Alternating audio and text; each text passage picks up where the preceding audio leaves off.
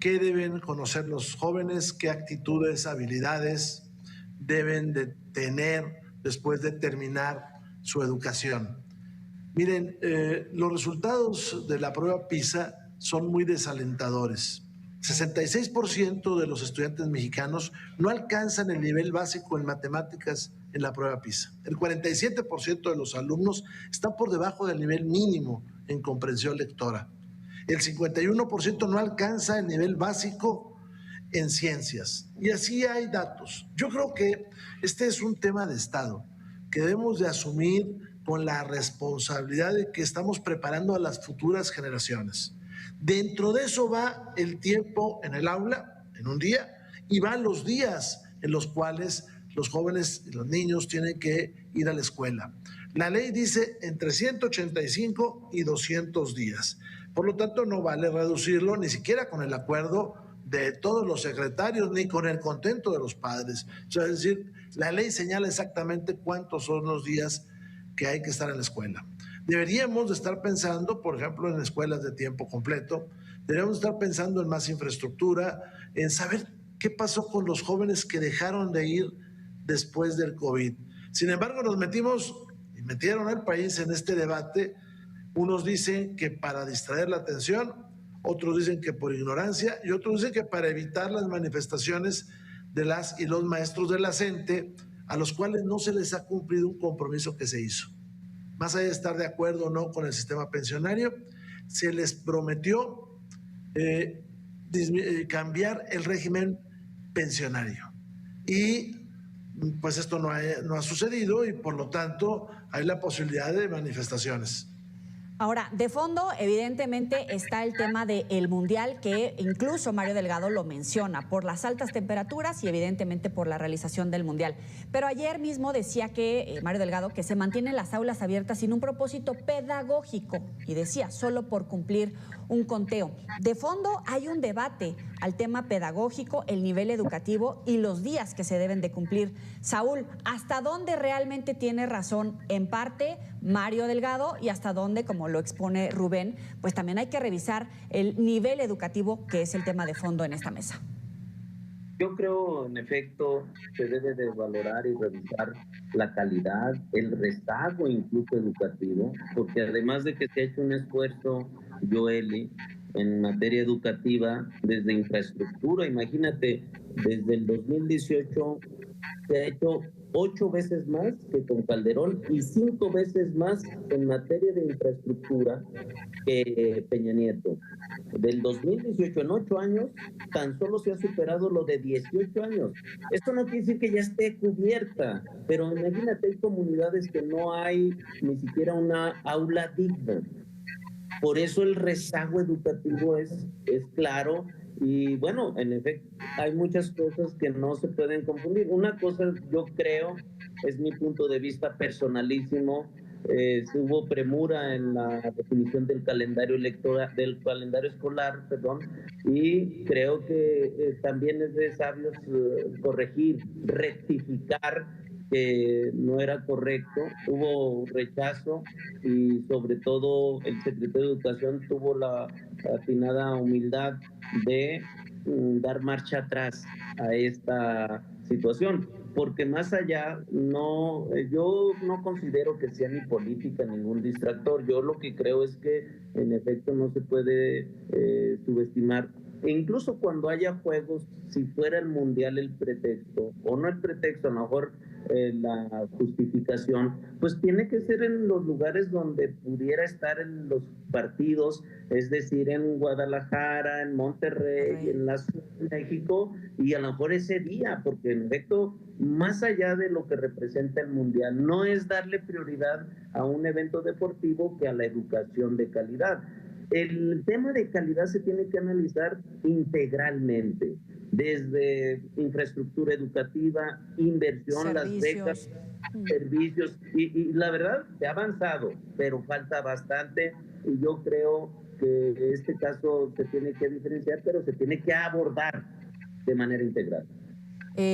Federico, voy contigo. Decía bien Saúl, a lo mejor 3 días o los días que hubiera un partido en la ciudad sede, tal vez interrumpirlo, pero es que era un calendario extenso. Evidentemente no solamente las redes, sino la opinión pública, obviamente las madres de familia, los responsables de cuidar a los niños, pues brincaron porque era un recorte importante, más allá del tema de fondo de organizar el sistema pedagógico, el nivel educativo. A ver, Joely, es que hay que poner varias cosas en contexto primero. Solo honrar esta estupidez del mundial como un comentario es un error, porque entonces lo que te está diciendo el secretario de Educación es que está más atento del mundial que su responsabilidad. Después, con mucho cinismo, te dice, pues es que a partir del día 15 ya no hay actividades pedagógicas. Pero él sigue cobrando como secretario de Educación y todos los burócratas de la SEP siguen cobrando. Y los padres y madres de esos niños siguen pagando impuestos para que esos burócratas sigan cobrando. No es como que el secretario de Educación deja de cobrar su salario cuando los niños salen de vacaciones. Vaya desfachatez. Y por supuesto que es un distractor de muchos temas, entre otros del hermano de Saúl y la represión brutal a los frijoleros en Zacatecas, golpeando estudiantes, campesinos, levantando a jubilados que se quejan del acaparamiento del frijol y del coyotaje de Chuy Padilla, un diputado local de Morena, y de otro delincuente, Ángel Olaiz, de la Secretaría de Agricultura. El tema de fondo es que Morena ve a los maestros como votos y ve a los alumnos sin credencial de lector, y por eso es que está preocupado por el mundial. Déjame complementar brevemente lo que decía muy bien Rubén. Ese 34% de alumnos que solo tienen en la evaluación de PISA el segundo nivel básico, el promedio de los países de la OCDE es 69. Estamos por debajo del promedio. En matemáticas, con López Obrador, bajamos de 409 a 395 puntos. El promedio es 472. En lectura, de 420 a 415. El promedio es 476. ¿No en está ciencias, mejor entonces de con 419, la administración morenista? Perdóname, Federico. ¿No está mejor con la administración? Todas estas son las evaluaciones de PISA de los 6 años de narcogobierno de López Obrador. En ciencias, de 419 a 410, el promedio de la OCDE fue de 485. En las 3 áreas, no solo en matemáticas, que muy bien citó Rubén, la evaluación fue a la baja. Y mira, ¿cómo mides tú el desarrollo de un país? Luego podemos abundar en lo cualitativo. Nada más la matrícula educativa, Joely. El número de niños en este país con el bono demográfico que están en la escuela. Cuando ellos entraron al gobierno en 2018 eran 35.8 millones. Bajó a 34.8. En educación básica bajó de 25.5 millones a 24.1. Es decir, entre 1,5 millones y 1,700,000 alumnos dejaron de ir a la escuela en el nivel básico y medio superior. Ese es el saldo de la educación del bienestar, con un propagandista como Marx Arriaga, defenestado, que se dedicaba a hacer política partidista, ideológica y a adoctrinar a los muchachos. México debería de estar pensando, así lo digo estando Rubén aquí, como la Bastida. Fíjate cómo ha pasado el tiempo. La Bastida planteaba en el debate contra Fox inglés y computación. Y hoy día en México, ese inglés y computación en un mundo con inteligencia artificial sigue siendo una asignatura pendiente. ¿Cómo van a competir los mexicanos en los próximos 30 o 40 años en un mundo de inteligencia artificial si el Estado es incapaz de darle las herramientas, si pudieran ser analfabetas en inteligencia artificial y programación de software? De eso deberíamos estar hablando, no de las estupideces de Marx Arriaga y de las locuras de Mario Delgado con el Mundial. Saúl, voy contigo. Es cierto, es un tema que venimos arrastrando de décadas atrás, y también es cierto, hace falta servicios como un piso firme, que tuvieran agua las escuelas, que tuvieran energía eléctrica, que tuvieran servicios de internet, como plantea Federico. Falta mucho por cambiar de décadas atrás, pero más o menos, ¿cuál es el planteamiento de Morena para corregir no solamente lo de este sexenio y lo que lleva la presidenta Claudia Sheinbaum? Mira, Joely, la verdad es sinvergüenza este delito. O sea, imagínate con qué desfachatez, vergüenza le ha de dar, y todavía dice y felicita que inglés y computación, cuando en aquel entonces ni siquiera había aulas, no había aulas dignas, no había ni siquiera alguna beca para su mayor conocimiento en Morena, se establecieron becas a todos los sectores y ahora ya son universales, ya no son como ellos, que nada más lo hacían con fines electorales y nada más le daban a sus amigos. No, ahora es para todos los jóvenes. ¿Por qué? Dejaron un desastre educativo y todavía tienen la desfachatez y las sinvergüenzadas de como si nada, como si no hubiera pasado nada. Hasta menciona a la Bastida, menciona a su amigo Fox y a el otro pelele de Calderón. Y dejaron un desastre educativo. Mira, tan solo en escuelas atendidas, con Calderón fueron 21,600 escuelas atendidas. Con Peña Nieto 41,936 y con Andrés fueron 172,000. Imagínate, 8 veces más que Felipe Calderón y 5 veces más que Peña Nieto. Esa es la verdadera realidad. Pues ahorita no tiene ni calidad para estar cuestionando ni hablar, y menos en materia educativa, cuando ellos fueron los generadores de la crisis educativa en nuestro país. ¿Ya se les olvidó? Nada más que hay que recordarles, y ahí están las cifras ahí están muy contundentes. Por eso ahora no puede darse el lujo de decir Federico, bueno, así están acostumbrados a sacar. Fíjate, ahorita mete que Zacatecas, que los frijoleros, ¿y qué tiene que ver con el tema de educación? Pero siempre buscan unas falsas narrativas diciendo tanta estupidez, y que eso no se puede permitir, y menos nos están viendo el pueblo de México, y el pueblo de México sabe quién es Federico Dorin y sabe de dónde viene.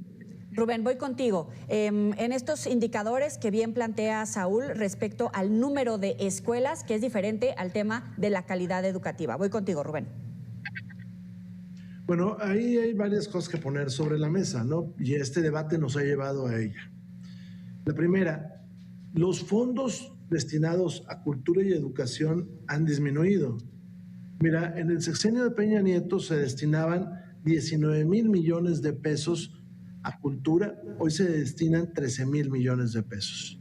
En el rubro de educación se destinaban 398,000 millones de pesos, hoy son 350,000 millones de pesos. Las becas, que estamos de acuerdo, el PRI las votó en llevarlas a la Constitución, es un traslado de recursos a las personas que me parece muy bien, no tiene problema.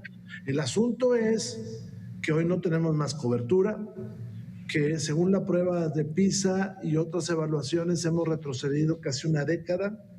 El asunto es que por primera vez desde la revolución, desde terminada la revolución hasta ahora, es la primera vez que baja nuestra cobertura, o sea, hay más deserción. El tema es que ya no hay una evaluación, digamos, en el país confiable. El asunto de que se eliminó el Instituto de Transparencia y entonces dificulta a todo el mundo hacer comparativos. Entonces, eso yo lo pondré sobre la mesa. Ahora, no tenemos nueva infraestructura en secundarias, es decir, no hay más talleres, no hay más laboratorios que son importantes.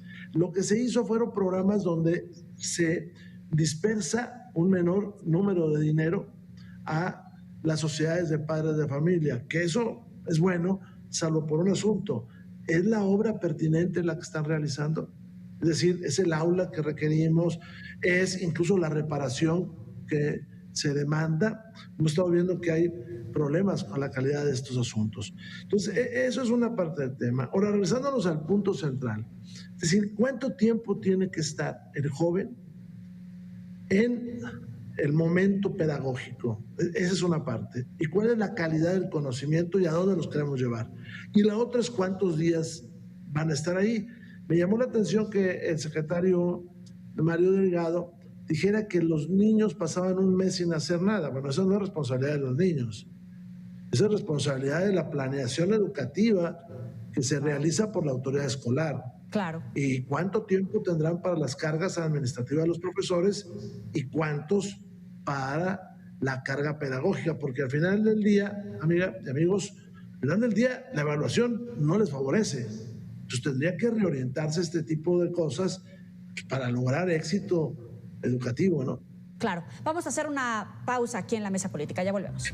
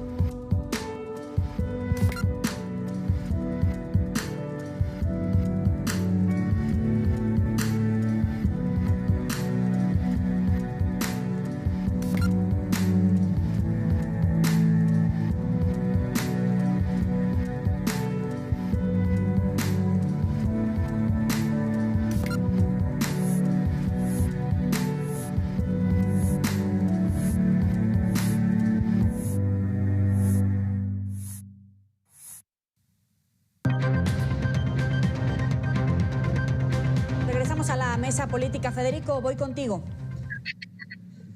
Sí, bueno, lamento mucho que los castos oídos de Saúl se hayan consternado porque le hice la crítica a su hermano, pero su hermano es un represor, es un fascista. La forma en que golpeó a los zacatecanos no tiene nombre.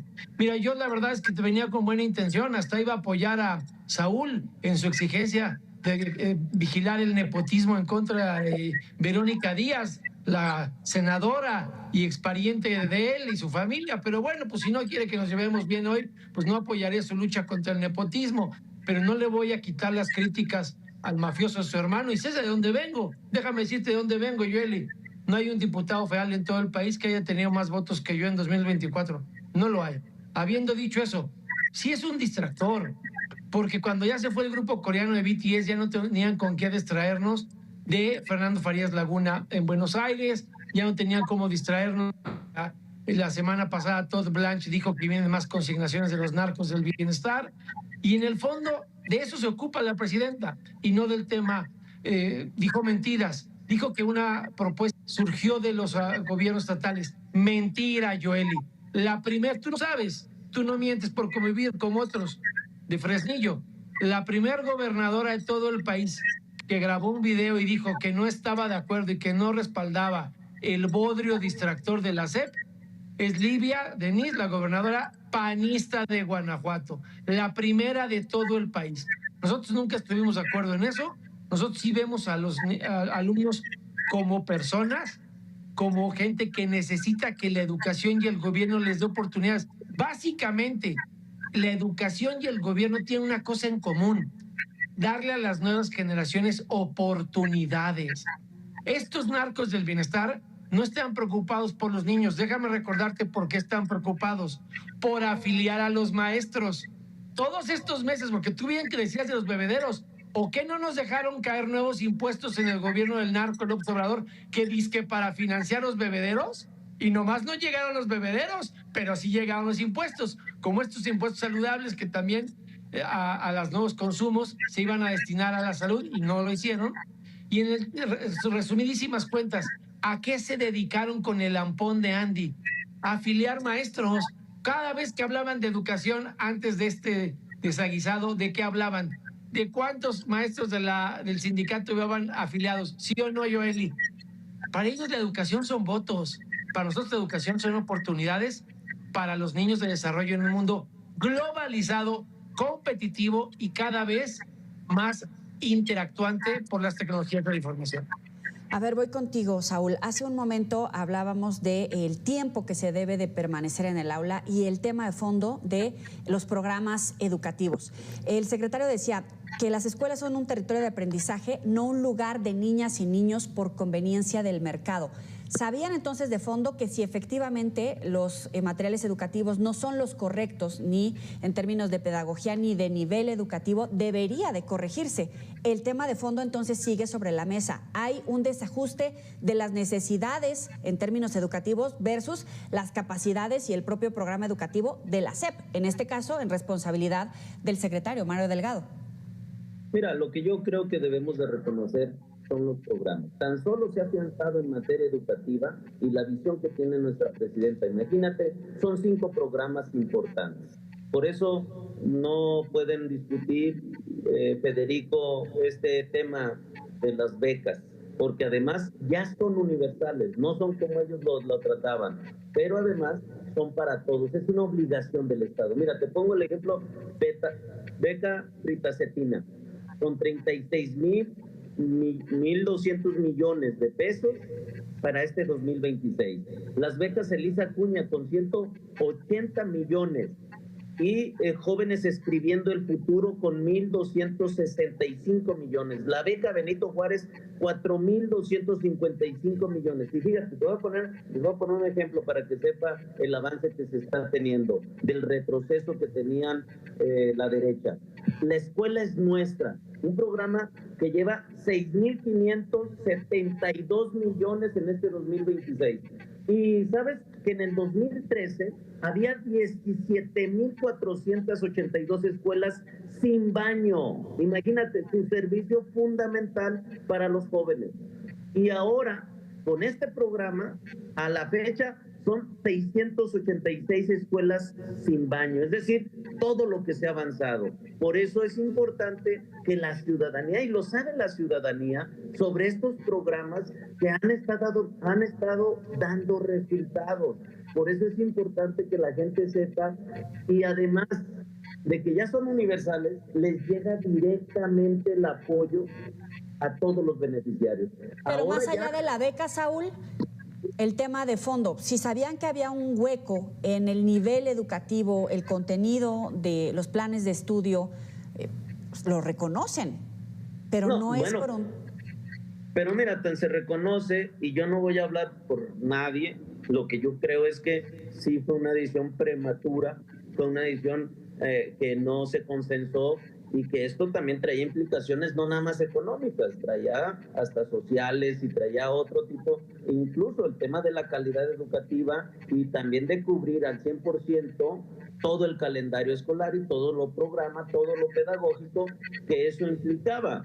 Qué bueno que el secretario de Educación rectificó y qué bueno que escuchó. Eso también hay que reconocerlo, porque no nada más es decir se equivocó y ya como Federico ahí queriendo hasta ofender con palabras altisonantes. No, yo creo que también hay que reconocer que hubo esa humildad para escuchar a los padres de familia, escuchar esa inconformidad. Pero reculó por sí mismo porque faltó precisamente hablarlo, incluso hacer esta pedagogía, revisar los planes de estudio, o porque le dijeron desde presidencia, hey, tienes que corregir, e incluso hay quien dice debería de poner su renuncia sobre la mesa. ¿Tú cómo la ves, Saúl? Yo creo, incluso la misma presidenta ha dado libertad al gabinete, pero también hay que reconocer cuando se equivoca. No siempre es perfectible, no son perfectos. Pero sí la presidenta por eso incluso hizo el llamado a escuchar las propuestas, y dijo ella, es una propuesta, no es algo decidido desde la presidencia o desde la secretaría, y así se tomó como tal. Bien, Rubén, voy contigo. Bueno, yo creo que al final del día es cuál es el resultado de todo lo que hace el sector educativo, y los resultados no son buenos. Ya vimos lo que dice la prueba PISA, no hay calidad en el producto, no hay de lo que está recibiendo el muchacho, no hay un buen estándar que nos garantice que ese joven va a enfrentarse con éxito en la vida. Es un territorio de aprendizaje en la escuela, claro, sí, pero hay que ponerle orden a las cosas, ¿no? O sea, ¿cuánto tiempo va a estar el niño en el salón de clase, más allá del recreo, más allá de que pasen lista, más allá de que le revisen la tarea? ¿Cuánto tiempo está para aprender? Y eso no está en la discusión que hoy estamos viendo. El asunto de recortar el año escolar, pues sí nos sorprendió a todos. Porque no se puede hacer ni se puede justificar de ninguna manera, porque está en la ley. Ahora, ¿qué es lo que sabemos que querían hacer? Bueno, pues algo era evitar las manifestaciones de los profesores, que creo que este viernes van a tener manifestaciones los maestros. ¿Y por qué van a tener manifestaciones los profesores? Pues básicamente por una cosa, que el presidente López Obrador les prometió para ganar su voto que iba a desmantelar el sistema pensionario y regresar al anterior. Hoy, más allá de que yo esté de acuerdo o no con el sistema pensionario, pues la pregunta es, ¿les van a cumplir o no les van a cumplir? Porque el CENTE pues está cooptado por el gobierno, se ha convertido en un aparato electoral de Morena, tienen a su líder de senador, y la CENTE pues está exigiendo el compromiso que le hicieron. También hay que recordar que la presidenta del Senado, Laura Itzel Castillo, no ha hecho la declaratoria de constitucionalidad de la reforma del artículo 123. ¿Por qué es importante? Porque eso te llevaría al salario mínimo de profesores y otras profesiones, salario mínimo profesional. ¿Por qué no lo publica? Pues sencillamente porque el gobierno está quebrado. Eso es lo que pasa. Si tú me dices, ¿es bueno la transferencia económica? Sí, es muy neoliberal. Es decir, Milton Friedman decía que se hicieran transferencias económicas a la población. Estoy de acuerdo, pero ¿cuál es el resultado? Es decir, ¿esto está mejorando el proceso de enseñanza-aprendizaje? Pues no. Ya. Háganlo, pero mejoren el proceso de enseñanza-aprendizaje. Por cierto, algunos de los fondos con los cuales se están rehabilitando escuelas vienen desde el periodo de Peña Nieto, en estos fideicomisos que se hicieron y se siguen utilizando. Entonces, esas son las cosas objetivas que se ponen sobre la mesa. Federico, voy contigo y tu comentario final. La CENTE, el CENTE, todos estos factores pueden sabotearle incluso el Mundial, más allá ahora sí del tema de fondo de materia educativa. No el CENTE o la coordinadora, el incumplimiento de Morena. A ver, una cosa, les prometieron dos cosas. Rubén ha puesto en la mesa con su talento la que han incumplido, porque quieren cambiar el esquema pensionario de lo que es la transición de salarios mínimos y UMAS. Pero sí les cumplieron una, que demuestra que son unos farsantes. Desaparecieron el Instituto Nacional de Evaluación Educativa. Ya los maestros no son evaluados, tienen estabilidad perenne. Antes, en la reforma educativa, la que hacía al alumno el centro de la educación y no al maestro, los padres de familia opinaban y evaluaban a los maestros, porque la beca es buena y el tiempo que destine al alumno al salón de clase es bueno, pero si el maestro no es bueno, si el maestro no preparó la clase, si el maestro no está a la altura del reto, ¿quién lo evalúa? ¿Quién le garantiza al alumno, a la alumna, que el maestro está a la altura del reto? Entonces, eso sí lo desaparecieron, estos sicarios legislativos, el INE. Y otra cosa que también desaparecieron fue la posibilidad de que los padres de familia incidieran en el plan de estudios. Acuérdate que la prueba PISA a la que hizo referencia Rubén, tuvieron que ganar amparos la Sociedad de Padres de Familia, porque estos narcos del bienestar no se querían dejar evaluar por organismos internacionales. Lo mismo que pasa con el fenómeno de los desaparecidos en México. Entonces, el riesgo es que no les cumplieron una cosa que les ofrecieron en campaña y que ahora los tiene aterrados, que les llamen a cuentas. Se nos acabó el tiempo. Federico Dorin, Saúl Monreal, como siempre, gracias por estar con nosotros. Rubén Moreira, tienes que venir más a esta mesa. Nos vemos la próxima. Pásenla bien.